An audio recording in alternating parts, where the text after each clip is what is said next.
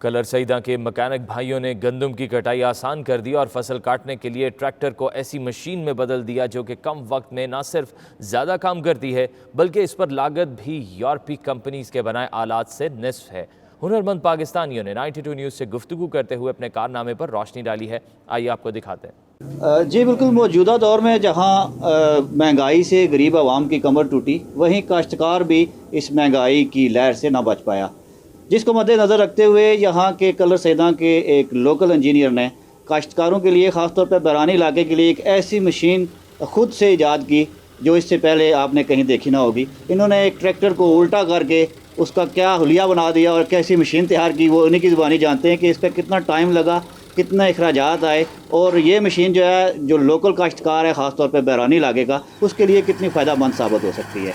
जी, ये मेरे भाई का एक ख्याल था कि हम ये ट्रैक्टर के पीछे फिट करेंगे ये मशीन खुद से बनाएंगे और उसको पीछे फिट करेंगे कि लोग एक नई चीज़ लोगों के सामने आए। तो इन्होंने कहा, हमने कहा सोचा, तो हमने इंशाल्लाह ये कर दिखाया। ये कितना वक्त लगा इस पे? वक्त तकरीबन 1.5 माह लगा इस पे, दिन रात मेहनत की। तकरीबन सुबह आते थे, रात 12-1 बजे 2 बजे जाते थे हम। तो इस पे आप क्या समझते हैं कि जो लोकल जो मशीन किसी बड़ी फर्म से बन के आती है वो ज़्यादा महंगी है, या आपने ये ट्रैक्टर के साथ ट्रैक्टर को उल्टा करके और इसके साथ ये मशीन जो आपने साथ इसके लगाई है, तो ये ज़्यादा महंगी पड़ती है या वो ज़्यादा महंगी पड़ती है? नहीं, वो ज़्यादा महंगी पड़ रही है। ये छोटी सी मशीन आ रही है BCS की, इटली से।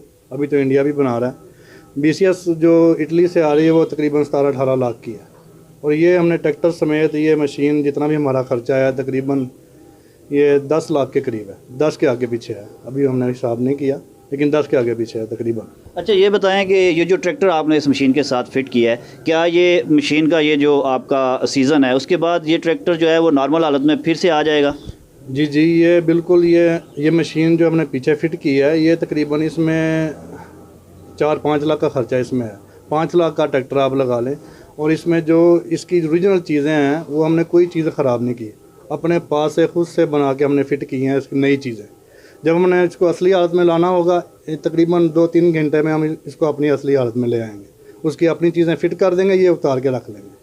और आपकी वर्कशॉप जो है इसमें 1-2 मशीनें ही नज़र आ रही हैं, छोटी सी आपकी वर्कशॉप है, तो इस छोटे से इलाके में और मशीनरी भी ना होने के बराबर है आपके पास, तो ये आपने कैसे कर लिया? ये आपकी खुदादाद सलाहियत है या आपने कहीं से लर्न किया है इसको? नहीं, ये जो काम किया है ये तो हमने पहली बार किया है, लेकिन वैसे तो हम मैकेनिकल फील्ड से, और मैं खुद लेथ वर्कर भी हूँ। तकरीबन 16-17 साल से मैं मैकेनिकल फील्ड में हूँ, टेक्नीशियन भी हूँ, लेथ वर्कर भी हूँ।